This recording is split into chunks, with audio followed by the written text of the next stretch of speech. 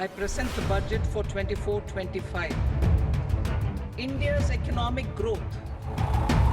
वित्त मंत्री निर्मला सीतारमण ने आज मोदी सरकार के तीसरे कार्यकाल का पहला बजट पेश किया। हाल ही में हुए आम चुनावों में बीजेपी अपने दम पर बहुमत हासिल करने में नाकाम रही और उसे सरकार बनाने के लिए सहयोगी दलों का समर्थन लेना पड़ा।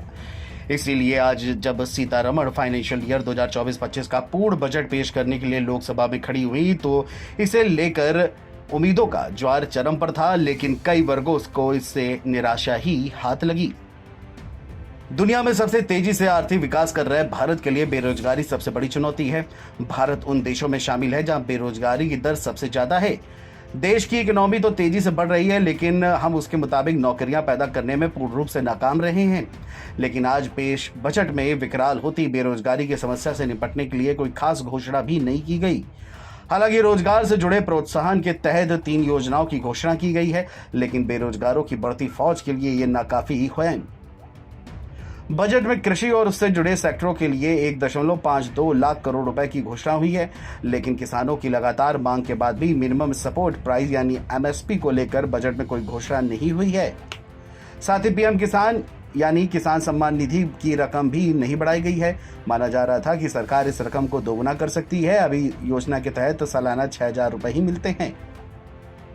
वहीं करदाताओं को इस बजट से भारी उम्मीद थी, खासकर सबसे ज्यादा टैक्स देने और खर्च करने वाले मिडिल क्लास को ज्यादा राहत नहीं दी गई। न्यू टैक्स रिजीम में स्टैंडर्ड डिडक्शन को 50,000 रुपए से बढ़ाकर 75,000 रुपए कर दिया गया। साथ ही न्यू टैक्स रिजीम में टैक्स स्लैब में बदलाव किया गया है। वित्त मंत्री का दावा है कि इससे 10 लाख रुपए से ज्यादा वेतन पाने वालों को सालाना 17,500 रुपए तक की बचत होगी, लेकिन पुराने टैक्स रिजीम में कोई बदलाव नहीं किया गया। पिछले दिनों रेलवे को कई बड़ी दुर्घटनाओं का सामना करना पड़ा। पिछले साल जून में उड़ीसा में, पिछले महीने बंगाल और बिहार सीमा पर और हाल ही में उत्तर प्रदेश के गोंडा के पास रेल हादसा हुआ। इसलिए माना जा रहा है कि बजट में रेलवे के इंफ्रास्ट्रक्चर को सुधारने पर जोर दिया जाएगा, लेकिन बजट में इस तरह का कोई प्लान नहीं किया गया। साथ ही वंदे भारत, अमृत भारत और बुलेट ट्रेन के बारे में भी कोई घोषणा नहीं हुई।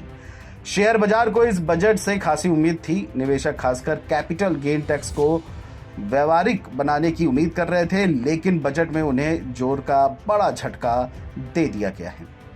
कैपिटल गेन टैक्स के तहत लॉन्ग टर्म कैपिटल गेन को 2.5% से बढ़ाकर के 12% कर दिया गया है। इसी तरह कुछ चुनिंदा एसेट पर short term capital gain tax STGC बढ़ाकर 20% कर दिया गया है, जिससे बाजार में भी भारी गिरावट देखने को मिली। कुल मिलाकर आम आदमी को इस बार के बजट से पूरी तरह से निराशा हाथ लगी है। Video desk NBT online.